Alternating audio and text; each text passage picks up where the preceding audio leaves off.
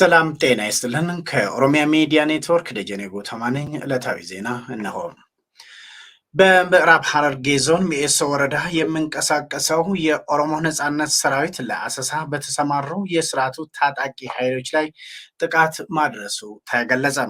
የብልጽግና አገዛዝ የኦሮሞ ነጻነት ሰራዊትን ለማሰስ ባሰማራው የጸጥታ ኃይሎች ላይ በወሰደው እርምጃ አመርቂ ውጤት ማስመዝገቡ ተገልጿል። የኦሮሞ ነጻነት ሰራዊት የኦሮሞ ህዝብ የነጻነት ትግል ማዕከል ከሆኑ አካባቢዎች አንዱ ወደ ሆነው ወደ ሐረርጌ ዳግም መስፋፋቱ ትልቅ ድል ነው ተብሏል።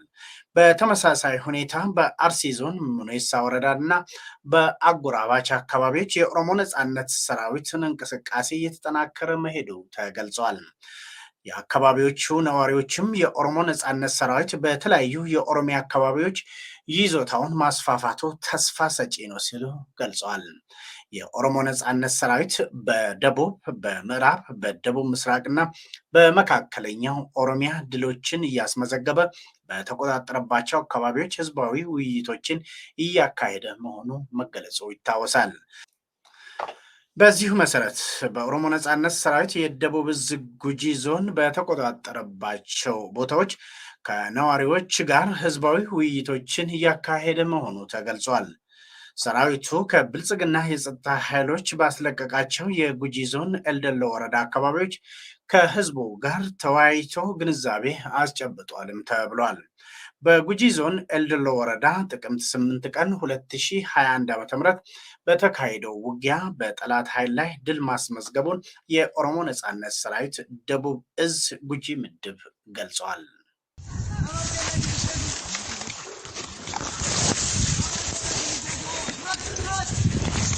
ወበዱራት ወበ ጭብራ ጭብራ ጭብራ ዱራት ጭብራ ጭብራ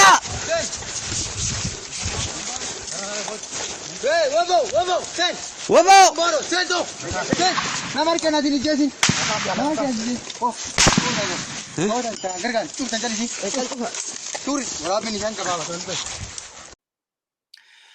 የብልጽግና ስርዓት የመጨረሻ ወታደራዊ ጥቃት ያለውን እቅድ በትግራይ የመከላከያ ኃይሎች ላይ መጀመሩን የትግራይ ወታደራዊ ኮማንድ ፖስት አስታወቀ።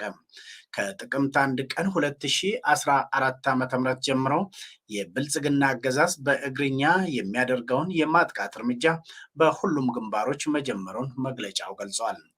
የዚህ የማጥቃት ዘመቻ ዓላማ የትግራይ ህዝብን ለማንበርከክ ነው የሚለው ይህ ወታደራዊ የኮማንድ ፖስት መግለጫ የትግራይ የመከላከያ ሰራዊት የተቃጣበትን ጦርነት የመቀልበስ በቂ የሆነ ብቃት እንዳለው አስታውቋል።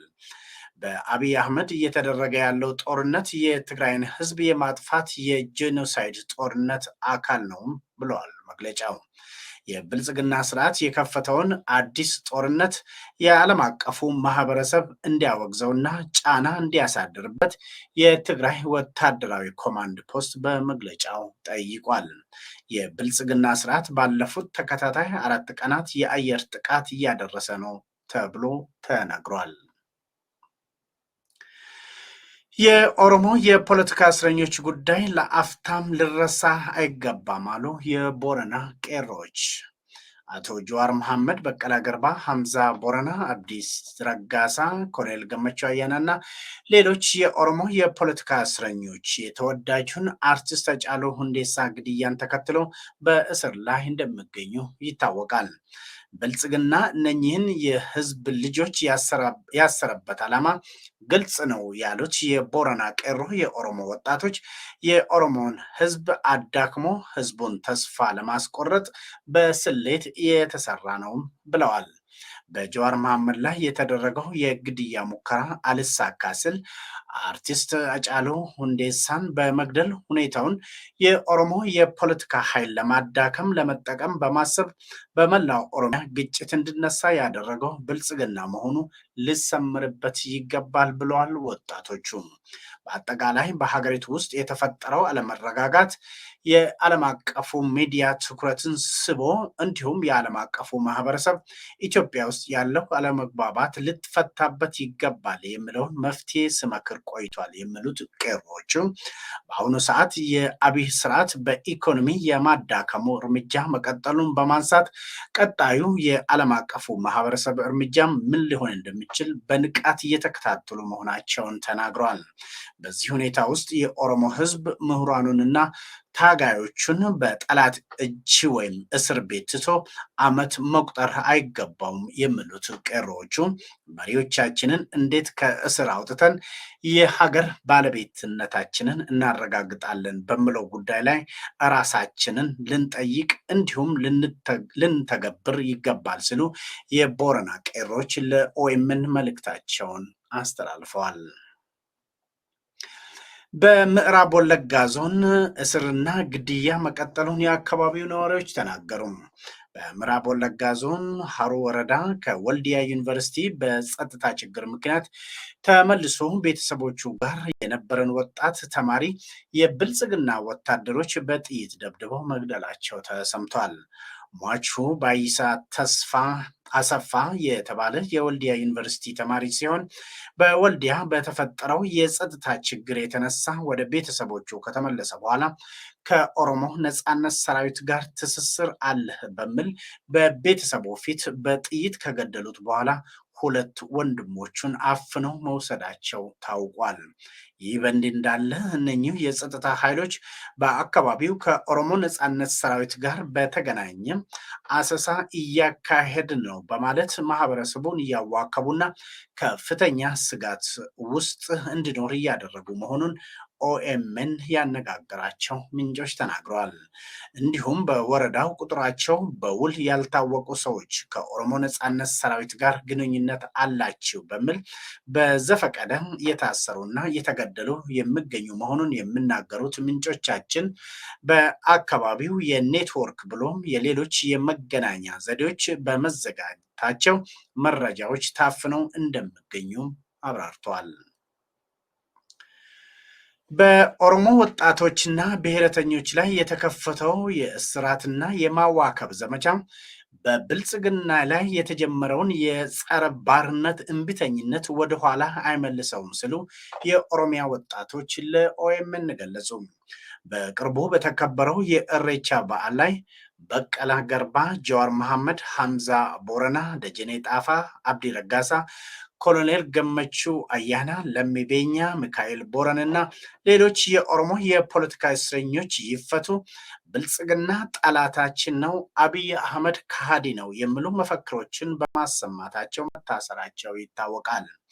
ይህንን ተከትሎ ወጣቶቹ በሰጡት አስተያየት የብልጽግና ስርዓትና ወከባ ከጀመርነው ህዝባዊ እምቢተኝነት ወደኋላ አይመልሰንም ብለዋል። ታላቁ የኦሮሞ ባህላዊ በዓል በቢሾፍቱ አርሰዲ በተከበረበት ወቅት በብልጽግና የጸጥታ ኃይሎች የታፈኑ የኦሮሞ ወጣቶች አሁን በእስር ላይ እንደሚገኙና የሰብአዊ መብት ጥሰት እየተፈጸመባቸው መሆኑንም ወጣቶቹ ተናግሯል። ከእሬቻ በዓል ታፍነው የተያዙት የኦሮሞ ወጣቶች ከ500 እስከ 1000 ይሆናሉ ያሉት ውስጥ ታዋቂ ምንጮች በርካታ ወጣቶች በጠባብ ክፍሎች ውስጥ ተፋፍገው ታስረው እንደሚገኙም ለዝግጅት ክፍላችን አስተያየት የሰጡ ወጣቶች ገልጸዋል። ለዝግጅት ክፍላችን አስተያየት የሰጡ ወጣቶች ለኦሮሞ ህዝብ ነጻነት የሚታገሉ ወገኖች በሙሉ ኃይላቸውን አስተባብረው አሃዳዊውንና ንጉሳዊውን የብልጽግና አገዛዝ ስር ከመስደዱ በፊት በተባበረ ክንድ እንዲያስወግዱ ጥሪ አቅርበዋል። በደቡብ ክልል ሀዲያ ዞን ብሔረተኞችን አድኖ የማሰር ዘመቻው ተጠናክሮ መቀጠሉ ተሰማ። በዚህ መሰረት የአርባ ምንጭ ዩኒቨርሲቲ ሌክቸረር እና የሀዲያ ብሔር አክቲቪስት መምህር እመለሰ አብርሃ ታፍኖ ታስሯል ብለዋል የሀዲያ አክቲቪስቶች። የሀዲያ ዞን ሰራተኞችም የደሞዝ ክፍያ በመቋረጡ ተቃውሞ አሰምቷል። በሰሜን አሜሪካ የሀዲያ ብሔር ተወላጅና አክቲቪስት ተስፋዬ ኤልያስ የሚከተለውን አስተያየት ሰጥቶናል። አመሰግናለሁ። አዎ የታሰረው መለሰ አብርሃም ይባላል። መሐንድር ነው። በአርባ ምንጭ ዩኒቨርሲቲ ሌክቸረር ነውና ስለ ሀዲያ በጣም የሚከራከር ስለ ክልል ጥያቄ፣ ስለ ፍትህ ጥያቄ እንዲሁም ለመንግስት ሰራተኞች ብዙ ጊዜ ድምፅ የሚሆን ልጅ ነው። ለምን በሚዲያ ተናገርክ በሚል ሰበብ ለምን ባለስልጣን ተቸህ በሚል ታፍኖ ታስሮ ነው ያለው። አንዱ እሱ ነው። ሌላው እንግዲህ በሀዲያ ዞን ውስጥ ግርግር ለመፍጠር ሰላም እንዳይኖር የተለያዩ ስራዎችን የመንግስት አካላት እየሰሩ እንዳሉ ነው መረጃዎች የሚያሳየው። መለሳ ደግሞ ዋስትና ሁላ ተከልክሎ ቀጠሮ አሁን ለጥቅምት 5 እንደተቀጠረ ሰምተናል። ከመርማሪዎቹ ጥያቄዎች እንደሚያሳየው ቅድም እንዳልኩኝ ለምን የመንግስት ባለስልጣን ተቸ፣ ጻፍ፣ የክልል ጥያቄዎችን የሀዲያን መብት ጥያቄ ለምን አነሳ፣ የልማት ጥያቄ ለምን አነሳ የሚል ነው እንጂ ከዚህ የተለየ ነገር የለም። የሀዲያ ዞን ውስጥ ከባድ ችግር ነው ያለው። አሁን ያለው የመንግስት አስተዳደር በጎጥ እና በሰፈር ሰዎችን እየለዩ የአንድ ወረዳ የሁለት ወረዳዎች ከፋፍለው 2-3 ወር ደሞዝ መንግስት ሰራተኞች ከልክለው መንግስት ሰራተኞች በጣም በከፍተኛ ችግር ውስጥ እንዳለፉ አውቃለሁ። አሁን ባለው ተጨባጭ ሁኔታ 70% 20% እያሉ ትንሽ እየሰጡ እያታለባቸው በጣም ከባድ ችግር ውስጥ ነው ያሉት። ባደጓቸው 4 የሚሆኑ ወረዳዎች አሉ እና ችግር ውስጥ እንዳሉ ነው የማውቀው። ቪዲዮም የሚያሳየው ያንን ነው። ብዙ ፒክቸሮች እየመጡ ነው። ሀዲያ እንደሚታወቀው የራሱ የሆነ ትልልቅ ሚዲያዎች ስለሌሉ መረጃዎች በአፋጣኝ ሊወጡ አልቻሉም። ያለን ኦኤምኤን ነው። በእሱም ለብዙ ተጽዕኖ አለ እንደሚታወቀው።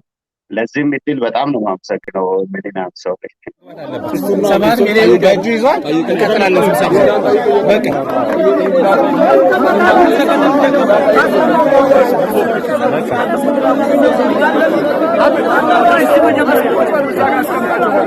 ያለቀመን በእናታችን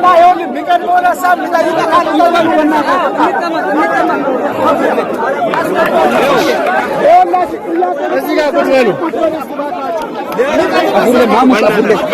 የመጀመሪያ ጥያቄ ደሞዝ መግባቱን ነው እናወራለን። እንግዲህ ውድ አድማጮቻችንና ተመልካቾቻችን ዕለታዊው ዜና በዚያው በቃ። መልካም ቆይታ።